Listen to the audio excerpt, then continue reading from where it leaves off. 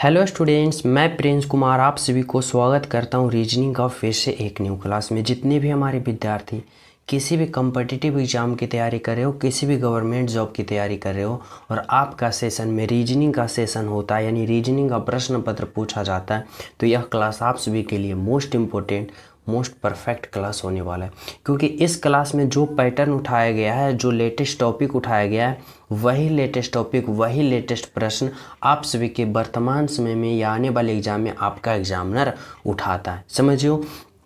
और इस क्लास में आप सभी को हर चैप्टर से एक एक प्रश्न देखने को मिलेगा, जो कि इम्पोर्टेंट चैप्टर है, इम्पोर्टेंट टॉपिक है, समझो। उसी इम्पोर्टेंट टॉपिक, उसी इम्पोर्टेंट चैप्टर से प्रश्न को लिया गया है ताकि आप सभी के एग्ज़ाम में ज़्यादा नंबर इंक्रीज हो सके और आप सभी को ज़्यादा से ज़्यादा प्रैक्टिस करना पड़ेगा वैसे प्रश्न को जो आप सभी का एग्जामिनर आप सभी का पैटर्न उठा रहा है, समझो। इसी कारण आप सभी को यह क्लास सुबह भी प्रोवाइड कराया जा रहा है और शाम भी, 2 टाइम, ताकि हमारे जितने भी विद्यार्थी हो ज़्यादा से ज़्यादा प्रैक्टिस करें और ज़्यादा से ज़्यादा नंबर को इंक्रीज कर पाए, समझो हमारी बातों को। तो चलो शुरू करते हैं पहला प्रश्न। और हाँ, जितने भी प्रश्न आप सभी को इस क्लास में देखने को मिलेगा, पहले खुद से आप लोग यहाँ पे आंसर पता करने की कोशिश करना, हमारे साथ कमेंट में करते चलना। और फिर तो मैं बता ही रहा हूँ, लेकिन पहले खुद से कोशिश करना। तो चलो पहला प्रश्न को हम लोग देखते हैं। देखो पहला प्रश्न कह रहा है ना कि नीचे दिए गए प्रश्न में संबंधित शब्द को चुनिए, यानी यहाँ पे बताना होगा थर्मामीटर और तापमान, यानी थर्मामीटर का संबंध जिस प्रकार तापमान से है, ओपिसोमीटर का यहाँ पे संबंध किससे होगा। तो हमारी बातों को समझना, अगर हम बात करें थर्मामीटर का और तापमान का तो क्या रिलेशन है। तो देखो थर्मामीटर जो है ना वह मापक है, क्या चीज़ का मापक है, तो बोलोगे वह मापक है, किसका मापक है, तो तापमान का मापक है। इसी प्रकार ओपिसोमीटर जो है वह मापक है, तो वह किसका मापक है, तो यह मापक है रेखाएं की। किसका मापक है, रेखाएं की। जिस प्रकार थर्मामीटर एक मापक है किसका, तापमान का, उसी प्रकार ओपिसोमीटर भी एक मापक है किसका, तो रेखाएं का। इस तरह से आप सभी को यहाँ पे थोड़ा सा स्मार्ट तरीका से सोचना पड़ेगा, समझो हमारी बातों को। तो चलिए हम सब नेक्स्ट पे। तो देखो नेक्स्ट प्रश्न आप लोग समझने की कोशिश करना। 2 नंबर का प्रश्न है, देखो क्या है। 2 नंबर का प्रश्न करा है, नीचे दिए गए प्रश्न में संबंधित संख्या को चुनिए। संबंधित संख्या को इस बार चुनना है, यानी कि यहाँ पे आप सभी को पता लगाना है कि जिस प्रकार 196 से 256 हुआ है, उसी प्रकार यहाँ से किस प्रकार होगा। या तो फिर आप लोग इस प्रकार से भी सोच सकते हो कि 256 से 196 जिस प्रकार हुआ है, 400 से उसी प्रकार यहाँ पे किस प्रकार होगा, समझो ना हमारी बातों को। तो देखो इस तरह से सोचना कि 256 जो है ना वह क्या है, तो बोलोगे सर 256 जो है वह किसका स्क्वायर है, तो 256 जो है वह 16 का क्या है, स्क्वायर है, 16 का वर्ग है। और उसी प्रकार 196 की बात करें तो 196 जो है ना वह किसका वर्ग है, तो वह 14 का वर्ग है, यानी 14 का स्क्वायर है। अब देखो कि 256 से 196 गया, यानी 16 का वर्ग से 14 का वर्ग गया, यानी 16 में 2 का माइनस किया, 16 में 2 का माइनस किया 14 और 14 का वर्ग कर दिया। इसी प्रकार 400 की बात करें तो 400 क्या है, तो 20 का वर्ग है, और 20 का वर्ग में क्या करना है, 2 घटाओगे तो क्या आएगा 18, और फिर 18 का वर्ग करोगे तो कितना आएगा। तो सभी विद्यार्थी को पता होगा 18 का स्क्वायर कितना होता है, तो 324 यानी 324। बोले तो ऑप्शन नंबर बी जो कि बिल्कुल सही आंसर है, समझिए हमारी बातों को। सभी विद्यार्थी यहाँ तक 100% एग्री करते हो। तो चले हम सब नेक्स्ट प्रश्न पे। और जो विद्यार्थी अभी तक क्लास को लाइक नहीं किए हो, सभी प्रिय स्टूडेंट क्लास को लाइक कर देना, और जो न्यू हो तो चैनल सब्सक्राइब कर लेना, साथ में बेल आइकन भी दबा लेना, ताकि सुबह और शाम दोनों टाइम का नोटिफिकेशन आप सभी के पास पहुँच सके। चलो देखो भाई, समझना क्या कर रहा है, 3 नंबर का प्रश्न। देखो 3 नंबर का प्रश्न आप सभी के लिए है ना, कर रहा है कि नीचे दिए गए प्रश्न में लुप्त संख्या ज्ञात करें, मिसिंग नंबर बताएं। यानी कि जिस प्रकार यहाँ पे व्हाट है ना, इस व्हाट के जगह कौन सा ऑप्शन आप लोग रखोगे ताकि राइट आंसर का पता हो पाए। तो कैसे सोचोगे, किस प्रकार सोचोगे, तो हमारी बातों को इस तरह से समझना कि जिस प्रकार से 14, 12, 10 को कैलकुलेशन करके 16 लाया, 11 लाया, उसी प्रकार हम इसमें वही कैलकुलेशन, वही लॉजिक लगा के राइट आंसर पता नहीं कर लेंगे ना। तो करो ना, तो देखो ना, समझना। अगर हम बात करें 14, 12, 10 की, तो देखो किस प्रकार से लॉजिक लगाया है। अगर 14 + 12 करते हैं तो क्या आता है, तो 14 + 12 करोगे तो 4, 2, 6 और 1, 1, 2, 26 आया। 14 + 12 कितना आया, 26 आया। और फिर इस 26 से इस 26 को इस 10 में घटा दो, तो 26 को 10 में घटाओगे, देखो 16 आ रहा है और यह 16 है। तो बोलोगे जी सर है। यानी कि क्या किया कि पहला और दूसरा को जोड़ा और तीसरे को घटा दिया। यानी कि इस दोनों को आपस में जोड़ा, कितना आया, 26। और इस तीसरे को क्या कर दिया, घटा दिया, बाकी यहाँ पे ये आ गया। और वही लॉजिक अब इसमें अप्लाई करना है, यानी इन दोनों को जोड़ना है। तो 9 और 7 को जोड़ो, तो 9 और 7 कितना होता है, 16। और 16 में फिर इस तीसरे को क्या करना है, घटा देना है। तो 16 में 5 घटाओगे 11, देखो आ गया। बोलोगे जी सर आ गया। अब इसी प्रकार से क्या करना है, इन दोनों को भी क्या करना है, जोड़ना है। तो 4 और 2 कितना होता है, 6। और 6 में क्या करोगे, इस 0 के घटाओगे। तो 6 में 0 को घटाओगे तो कितना आएगा, 6 ही आएगा। यानी कि इस भाट के जगह ऑप्शन नंबर सी होगा। बिल्कुल सही, बिल्कुल सत्य। बोले तो ऑप्शन नंबर सी। समझ गए यहाँ तक सभी विद्यार्थी। तो चले हम सब नेक्स्ट पे। तो देखो नेक्स्ट प्रश्न आप लोग समझने की कोशिश करना। 4 नंबर का प्रश्न आप सभी से क्या पूछना चाह रहा है आपका एग्जामिनर, हमारी बातों को समझना। कह रहा है कि दी गई आकृति में कितने वर्ग है। देखो काउंट करना है स्क्वायर का, यानी काउंट करना है वर्ग का, कि इस फिगर में वर्गों की संख्या कितनी है, जो आप सभी को क्या करना है, पता करना है। तो कैसे पता करोगे, तो हमारी बातों को समझना इस तरह से। मैं थोड़ा सा जूम कर लेता हूँ, अब आप लोग क्या करोगे, आसानी से समझ पाओगे। समझो हमारी बातों को। देखो अब हमारी बातों को समझना। देखो सबसे पहले हम इस वर्ग में आते हैं, छोटे वाले वर्ग में, यानी अंदर वाले वर्ग में। समझिए हमारी बातों को। तो देखो अगर हम इसमें बात करें तो 1 वर्ग यहाँ है, 2 वर्ग यहाँ है, 3 वर्ग यहाँ है और 4 वर्ग ये है। 4 वर्ग हो गया, छोटा छोटा, हमारी बातों को समझना। 4 वर्ग ये हो गया। और 1 वर्ग की बात करें तो ये 1 वर्ग क्या है, एक ये होगा 5 वर्ग। देखो यहाँ पे मैं 5 लिख देता हूँ, 5 वर्ग। इतना तो समझ गए हो, इतना में किसी भी विद्यार्थी को कोई डाउट नहीं होना चाहिए भाई, नहीं ना है। तो देखो आगे देख लो, 5 वर्ग ये हो गया। फिर देखो 1 वर्ग ये है, 2 वर्ग ये है, 3 वर्ग ये है, 4 वर्ग ये है और ये एक बड़ा वाला 1 वर्ग यह है, यानी 5 वर्ग यहाँ से भी आ गया। क्या हो गया, 5 वर्ग यहाँ से आ गया। अब देखो 1 वर्ग की हम बात करें यहाँ से, कि 1 वर्ग देखो यहाँ है, 1 वर्ग ये आ गया, तो 1 वर्ग यहाँ लिखो। और 1 वर्ग की बात करें तो यहाँ से 1 वर्ग यहाँ आ गया, 1 वर्ग यहाँ आ गया। अब देखो कितना वर्ग यहाँ पे दिख रहा है, तो 5, 5, 10 और 10, 1, 11, 1, 12, यानी इस आकृति में ओवरऑल वर्गों की संख्या कितना है, तो 12 है, यानी ऑप्शन नंबर ए है। समझिए हमारी बातों को किस तरह से किए हो। तो सबसे पहले छोटे में 5 वर्ग, उसके बाद इसमें 5 वर्ग, 10 वर्ग, 1 वर्ग यहाँ और 1 वर्ग यहाँ, यानी 10, 2, 12 वर्ग। यानी इस आकृति में स्क्वायर की संख्या कितना है, तो बोलोगे sir ji option number A है, यानी 12 है।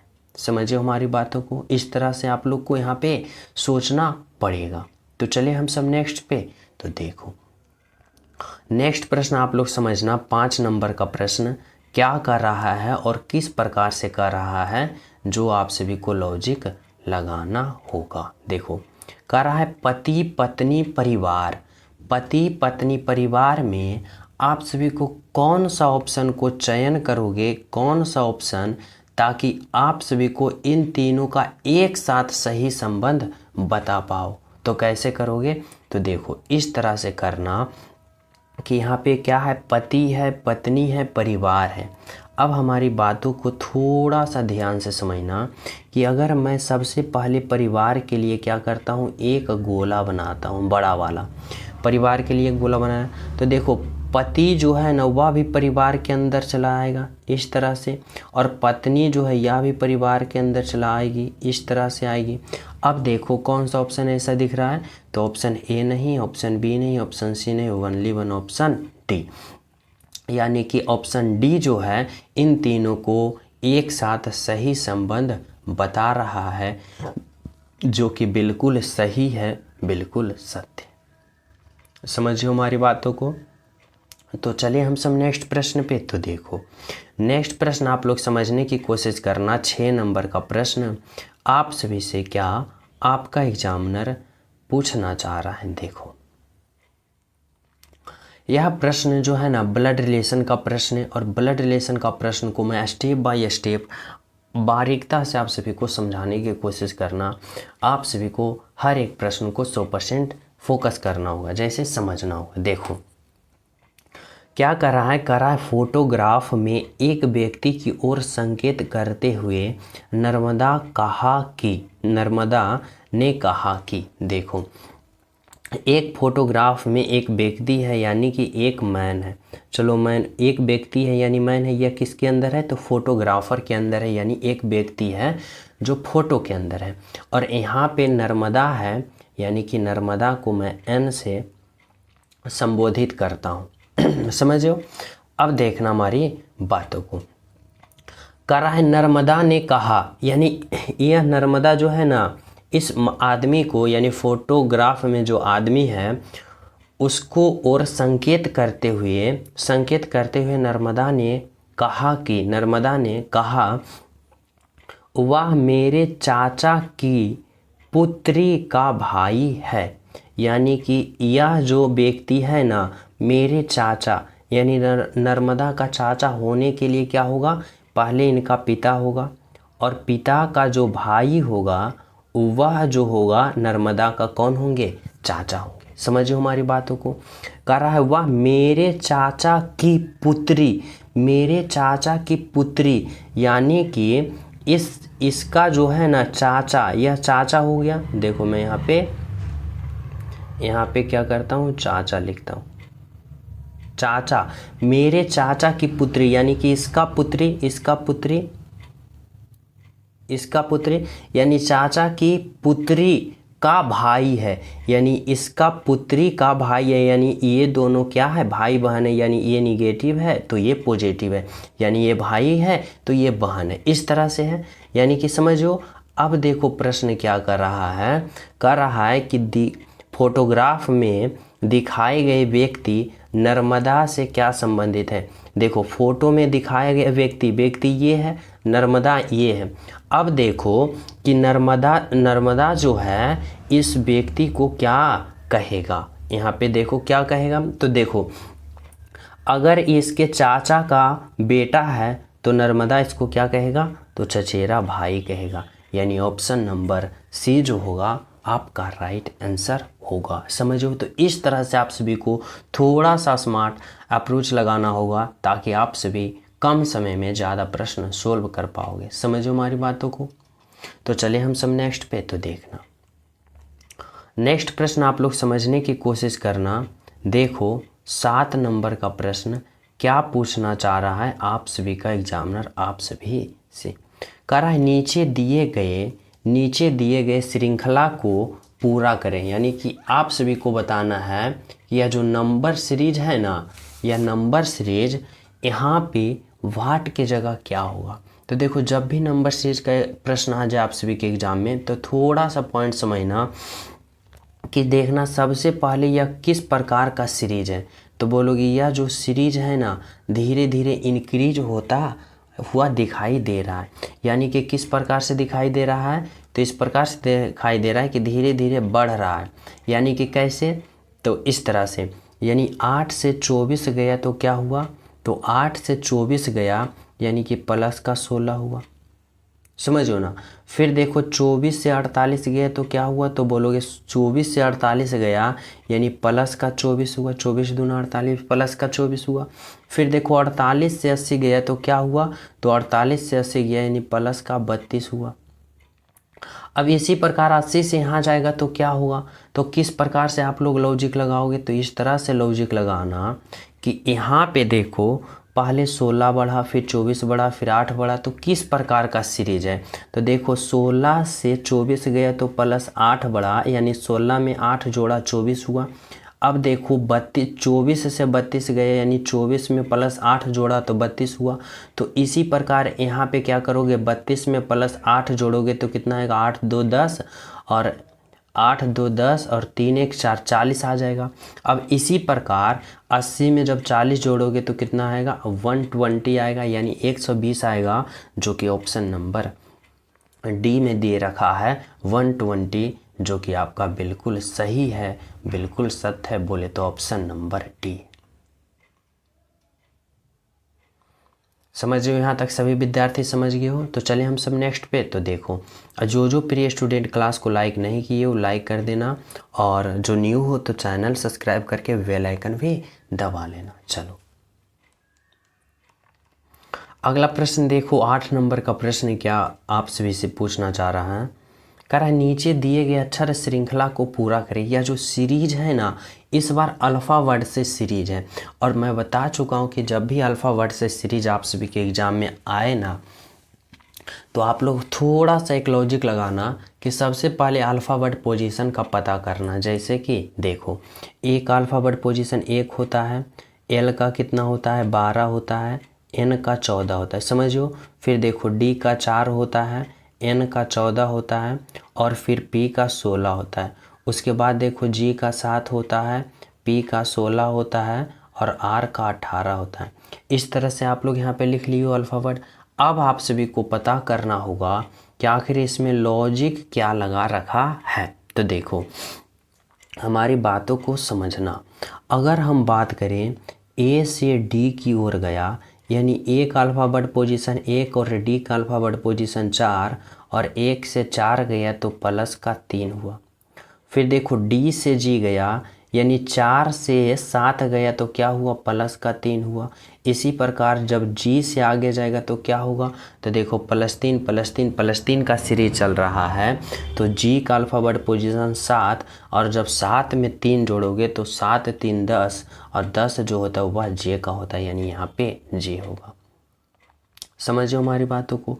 अब इसी प्रकार से यहाँ होगा कि एल से क्या चला, एन चला, और एल का अल्फ़ाबेट 12, एन का 14, तो 12 से 14 गया तो क्या हुआ, प्लस का 2। फिर देखो एन से पी गया यानी एन का 14 और पी का 16, तो 14 से 16 गया तो क्या हुआ, प्लस का 2 हुआ। अब इसी प्रकार जब पी से आगे जाएगा तो प्लस का 2 करोगे तो पी का अल्फ़ाबेट पोजीशन 16, 16 में 2 जोड़ोगे तो 18, तो 18 किसका होता है, तो अल्फ़ाबेट आर का होता है, यानी आर का 18, यानी यहाँ पे आर होगा। समझिए हमारी बातों को। अब इसी प्रकार से किस में चेक करना है, तो इसमें चेक करना है, यानी एन से पी की ओर चला यानी एन का 14 पी का 16, तो 14 से 16 गया तो क्या हुआ, तो प्लस का 2 हुआ। समझो ना।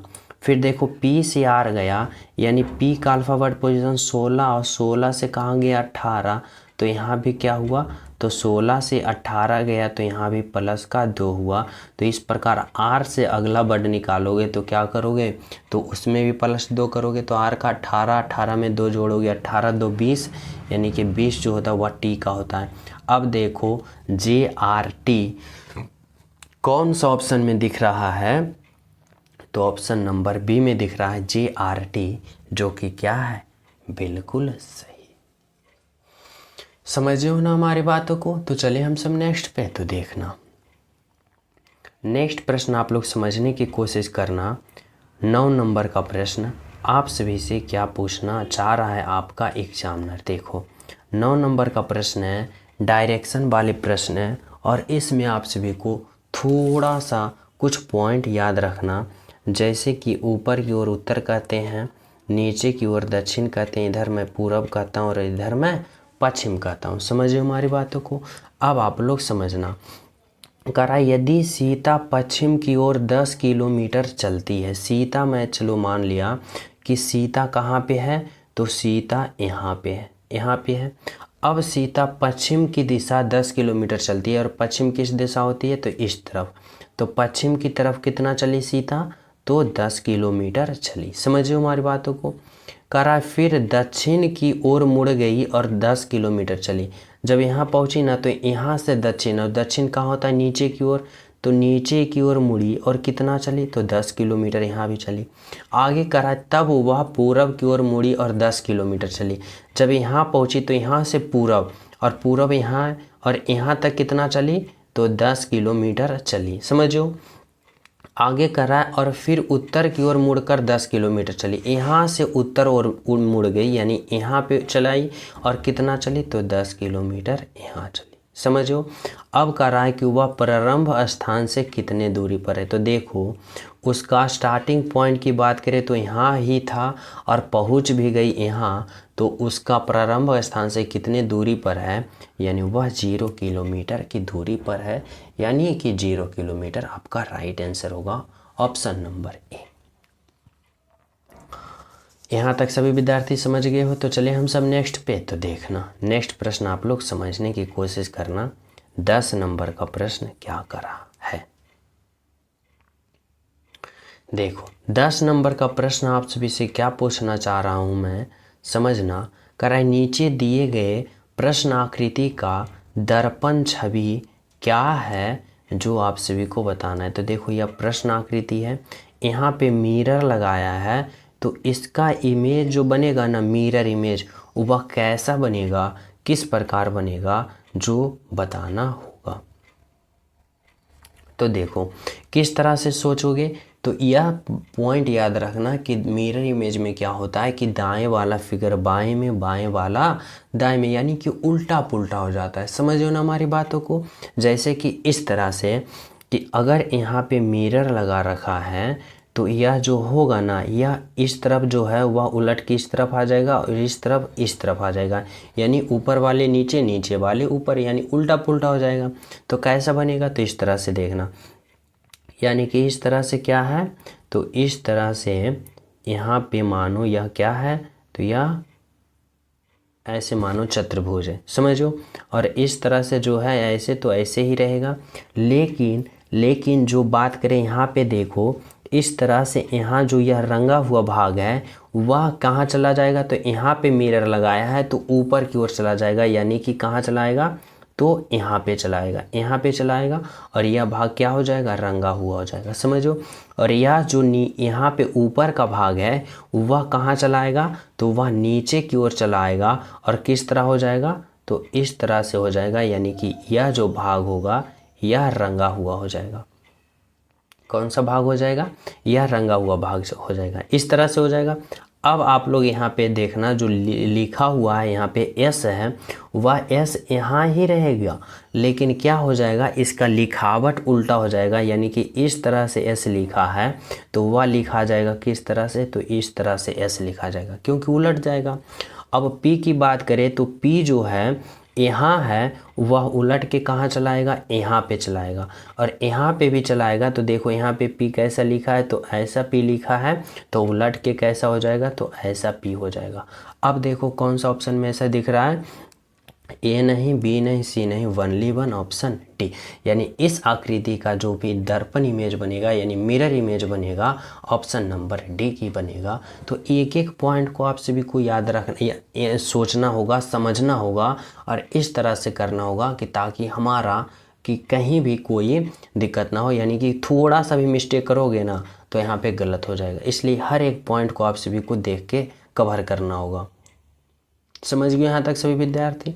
तो चले हम सब नेक्स्ट पे। तो देखो 11 नंबर का प्रश्न आप लोग समझने की कोशिश करना। देखो क्या कर रहा है, कर रहा है कथन निष्कर्ष वाले प्रश्न है। कर रहा है कथन कि कुछ मेज कुर्सियां हैं और सभी कुर्सियां कप हैं। तो देखो इस तरह से सोचना। कर रहा है कुछ मेज, यहाँ पे चलो मैं मेज मान लेता हूँ, और यह मेज जो है ना, कुछ मेज क्या है, तो कुर्सियां हैं। चलो मैं इस तरह से कुर्सी भी लिख देता हूँ। कुछ मेज क्या है, कुर्सियां हैं। कुछ मेज क्या है, कुर्सियां हैं। आगे देखो क्या कर रहा है, सभी कुर्सियां कप है। या जो जितने भी कुर्सियां हैं ना, यह सभी कुर्सियां क्या है, तो सभी कुर्सियां कप है, यानी सभी कुर्सियां कप के अंदर आ जाएगा। समझियो इस तरह से। अब आप लोग को क्या करना है कि निष्कर्ष पे आना है कि निष्कर्ष क्या कर रहा है। निष्कर्ष देखो कर रहा है पहला कि सभी मेज कप है। देखो सभी मेज यहाँ है, कप यहाँ है, और सभी मेज कप के अंदर है। बोलोगे नहीं बाबा नहीं, क्योंकि यहाँ पे थोड़ा सा है, समझो, और यहाँ कर रहा है सभी, तो क्या होगा, ये गलत होगा। अब निष्कर्ष 2 पे आ जाओ। कर रहा है कि कुछ मेज कप है, कुछ मेज यहाँ पे कप, देखो कुछ भाग टचिंग बचिंग है, तो बोलोगे जी सर, यानी कि क्या है, निष्कर्ष 2 सही है। ओनली 1 केवल 2 निष्कर्ष सही है, यानी ऑप्शन नंबर बोले तो B4 बाहुबली। समझो कि राइट आंसर क्या होगा, तो ऑप्शन नंबर बी होगा। तो चले हम सब नेक्स्ट प्रश्न पे। तो देखो नेक्स्ट प्रश्न आप लोग समझना, 12 नंबर का प्रश्न। आपका एग्जामिनर आपसे क्या पूछना चाह रहा है, समझना हमारी बातों को। करा नीचे दिए गए निम्नलिखित शब्दों का सही क्रम बताएं, यानी सही क्रम वाले जब भी प्रश्न आ जाए ना, तो इस तरह से सोचना, इस तरह से लॉजिक लगाना कि सबसे पहले कौन होगा, उसके बाद उसके बाद उसके बाद और फाइनल अंत में कौन होगा। तो इस तरह से आप सभी को सोचना होगा। तो कैसे सोचोगे, तो देखो हमारी बातों को समझना। यहाँ पे देखो कि सबसे पहले कौन होगा, परमाणु है, अणु है, पदार्थ है या इलेक्ट्रॉन है। तो सबसे पहले की हम बात करें ना, तो सबसे पहले होगा इलेक्ट्रॉन, यानी 4 नंबर इलेक्ट्रॉन होगा। इलेक्ट्रॉन के बाद क्या होगा, तो इलेक्ट्रॉन का बाद होगा परमाणु, यानी 1 नंबर। परमाणु के बाद क्या होगा, तो अणु होगा, यानी 3 नंबर। और अणु के बाद अंत में क्या होगा, पदार्थ होगा। यानी किस तरह से चला, तो देखो इलेक्ट्रॉन सबसे छोटा, उससे थोड़ा सा बड़ा परमाणु, परमाणु से थोड़ा सा बड़ा अणु, और अणु से बड़ा पदार्थ, यानी बोले तो ऑप्शन नंबर A4 एप्पल। यानी इस तरह से आप सभी को राइट आंसर का पता करना होगा, जो कि बिल्कुल सही है। समझिए हमारी बातों के यहाँ तक सभी विद्यार्थी। तो चले हम सब नेक्स्ट पे। तो देखना नेक्स्ट प्रश्न आप लोग समझने की कोशिश करना। 13 नंबर का प्रश्न क्या कर रहा है, कह रहा है नीचे दिए गए प्रश्न में संबंधित अक्षरों को चुनिए। इस बार अल्फ़ावर्ड से संबंध बताना है, और जब भी अल्फ़ावर्ड से कोई भी प्रश्न रीजनिंग में आ जाए, तो आप लोग पहले अल्फ़ावर्ड पोजीशन से लॉजिक लगाने की कोशिश करना। यानी कि इतना से इतना हुआ तो क्या हुआ, कैसे हुआ, किस प्रकार हुआ, इसको पता लगाने के लिए अल्फ़ावर्ड पोजीशन लिखना पड़ेगा। जैसे कि देखो सी का कितना होता है, तो सी का 3 होता है, ओ का 15 होता है, आर का 18 होता है, और डी का 4 होता है। समझियो। अब इसी प्रकार देखो यहाँ पे बी का कितना होता है, 2 होता है, एन का कितना होता है, 14 होता है, और क्यू का कितना होता है, 17 होता है, और सी का कितना होता है, 3 होता है। अब आप लोग यहाँ पे लॉजिक लगाना इस तरह से कि देखो सी से बी गया तो क्या हुआ, यानी 3 से 2 गया तो क्या हुआ, -1 हुआ। इसी प्रकार एल से जब यहाँ पे जाएंगे तो क्या करेंगे, -1 करेंगे। और एल का अल्फ़ाबेट पोजीशन 12, और 12 में 1 घटाओगे 11, और 11 जो होता है वह होता है के का, यानी कि यहाँ पे के लिखोगे।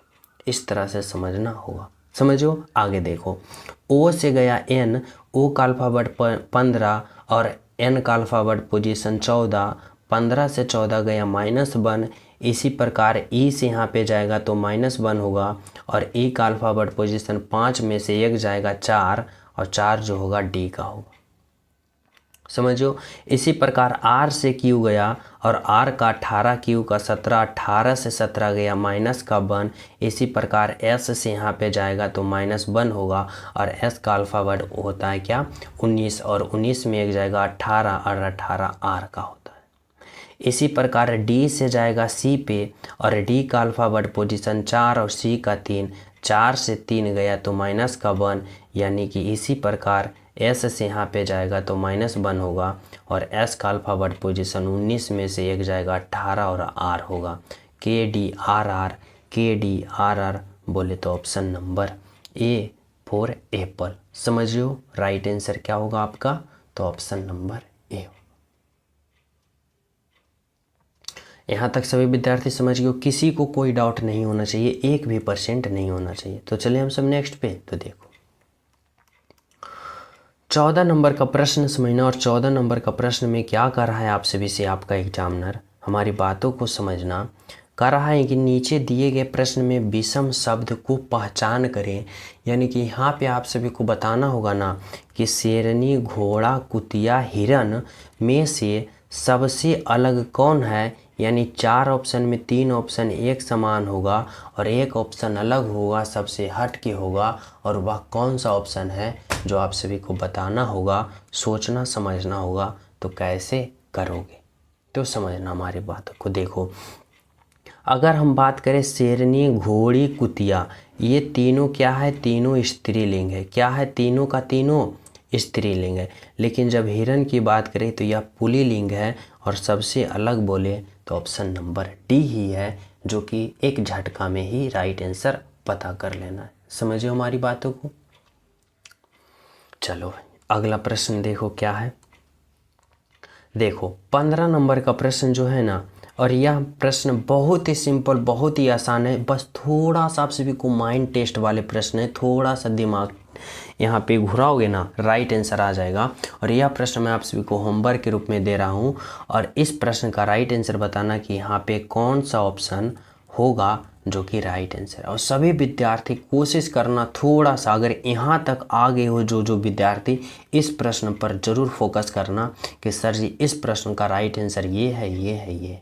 अगर सोल्व ना हो तो कमेंट में करना कि सोल्व ना हो पाया, कोई थोड़ा सा दिक्कत है, प्रॉब्लम है।